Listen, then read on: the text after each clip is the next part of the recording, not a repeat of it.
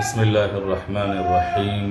امام بخاری research academy سے شائع ہونے والے ہفت روزہ میگزین الجمعہ 11 ربیع الثانی 1447 ہجری مطابق 3 اکتوبر 2025 کے مضامین کی ریکارڈنگ پیش خدمت ہے۔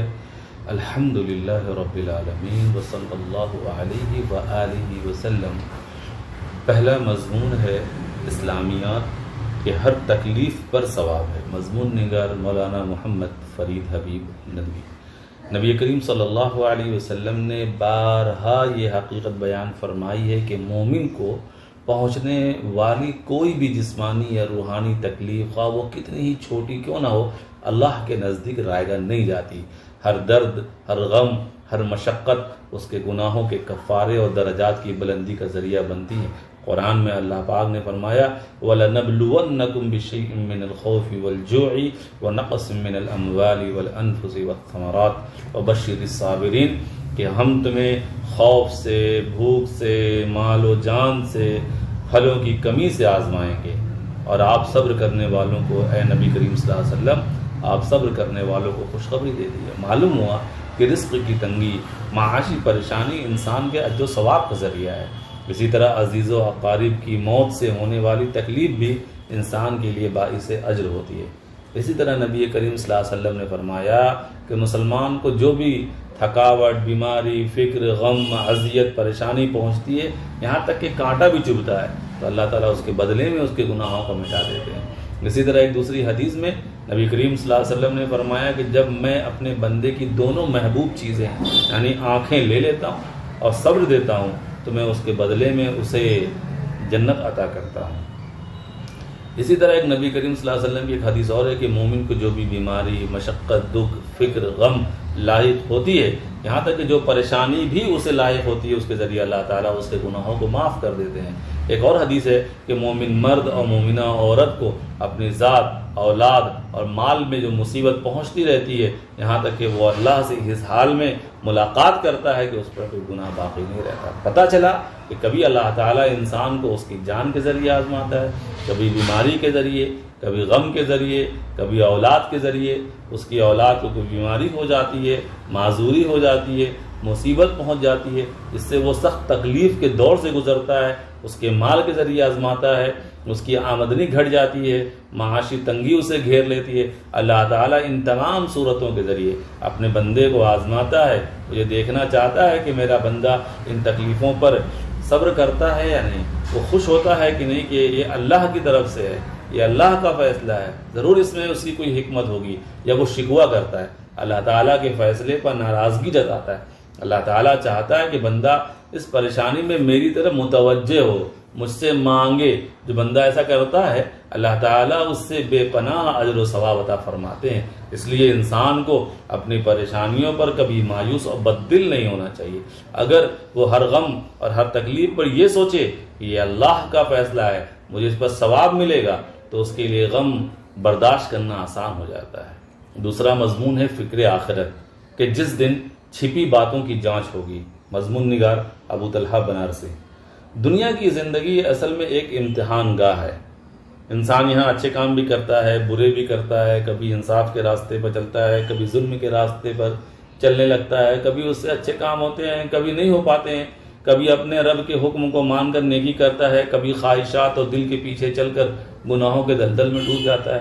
یہ سب اس لیے کہ انسان کو اللہ تعالیٰ نے خطا اور غلطی کا پتلا بنایا ہے۔ الانسان مرکب من الخطا والنسیان، لیکن ساتھ ہی اللہ تعالیٰ نے اس کے سامنے اچھائی اور برائی کے راستے واضح کر دیے، انبیاء اور رسول بھیج کر اسے آخرت کی فکر، جنت و جہنم سے آگاہ بھی کرا دیا، تاکہ اب وہ ہوش و خرد کا استعمال کر کے اپنے لیے وہ راستہ منتخب کرے جس میں اس کی نجات و کامیابی ہو۔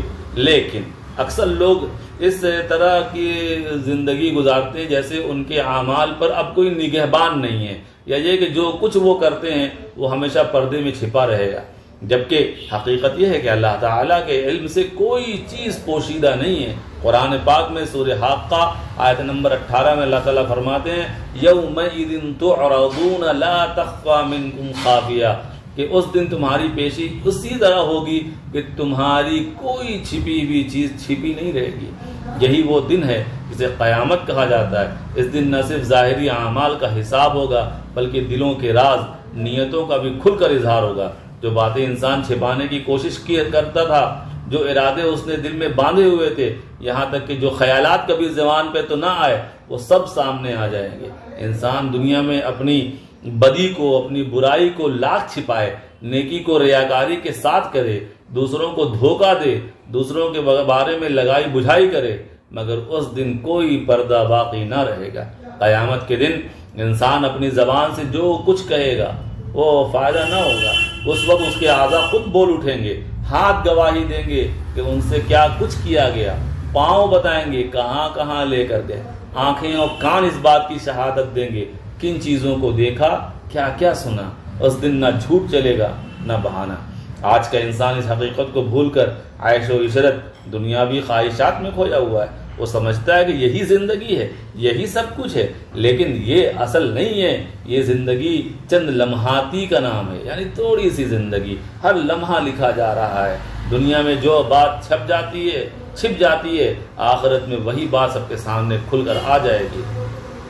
یہ سوچ کر دل لرز جانا چاہیے کہ اگر برائیوں کا پردہ کھل گیا تو، اگر اعمال کا پلڑا ہلکا ہو گیا تو کتنی رسوائیاں ہوں گی، کتنا ہولناک اور بھیانک انجام ہوگا۔ اس لیے ضروری ہے کہ ہم ہر عمل سوچ سمجھ کر کریں، ہر چیز پوری ذمہ داری اور حساب کتاب کی فکر کے ساتھ کریں۔ ہر وقت یہ یاد رکھیں، جس دن چھپی باتوں کی جانچ ہوگی اس دن ہماری کوئی بھی حقیقت چھپ نہ سکے گی۔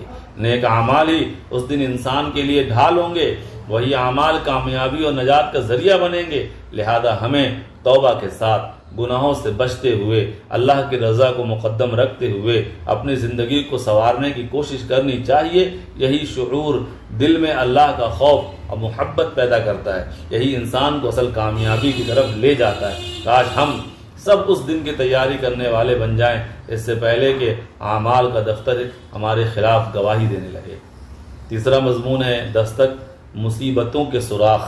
کبھی کبھار ہماری زندگی کی کشتی میں مصیبتوں کے سوراخ ہو جاتے ہیں، ہمیں اپنی کشتی بیچ سمندر ڈوبتی محسوس ہوتی ہے، حالانکہ حقیقت یہ ہے کہ وہ چھوٹی سی مصیبت کسی بڑی مصیبت سے بچا رہی ہوتی ہے۔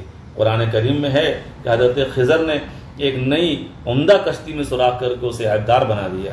حضرت موسیٰ نے جب کہا یہ آپ نے کیا کر دیا، تو بعد میں انہیں خبر لگی کہ اگر یہ سوراخ نہ کیا گیا ہوتا تو پوری کشتی سے ہاتھ دھونا پڑتا، کیونکہ راستے میں ایک ظالم بادشاہ ہے جو ہر نئی اور عمدہ کشتی کو زبردستی چھین لیتا ہے۔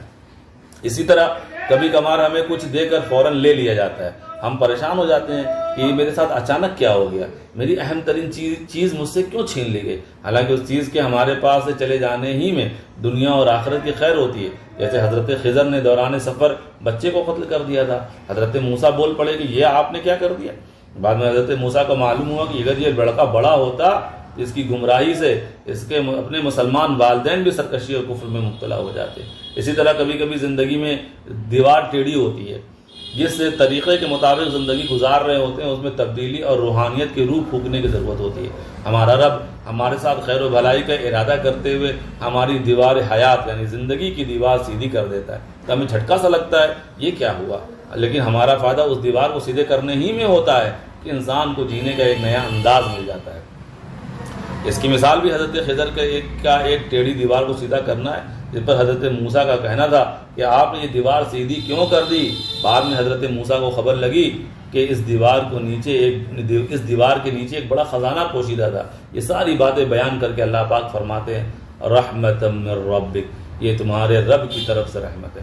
حقیقت یہی ہے کہ زندگی کی کشتی تکلیفوں مصیبتوں کے جتنے چھید ہوں، ہمارے پاس موجود کسی چیز کا اچانک سے چھن جانا ہو، غلط ڈگر پر چلنے والی زندگی کا اچانک سے سیدھا ہو جانا ہو، سب اللہ کی رحمت ہی ہے۔ اس کا احساس کسی کو بعد میں ہوتا ہے، کسی کو عین وقت پر ہی ہو جاتا ہے۔ مسائل: جماعت چھوڑ کر گھر پر نماز ادا کرنا۔ سوال یہ ہے کہ مسجد میں باجماعت نماز ہو رہی ہے اور کوئی شخص جماعت چھوڑ کر اپنی الگ نماز پڑھے تو کیا یہ درست ہے؟ جواب: جماعت کھڑی ہو جانے کے بعد اسی مسجد میں اکیلے نماز پڑھنا تو بہت ہی برا، مذموم اور ملامت کے قابل عمل ہے۔ حنفیہ کے نزدیک بجماعت نماز سے پڑھنا سنت مؤکدہ جو قریب من الواجب ہے، اور احادیث میں ترک جماعت پر سخت وعیدیں وارد ہوئی ہیں، اور بلا عذر جماعت چھوڑ کر تنہا نماز پڑھنے کی عادت بنا لینا گناہ کبیرہ ہے۔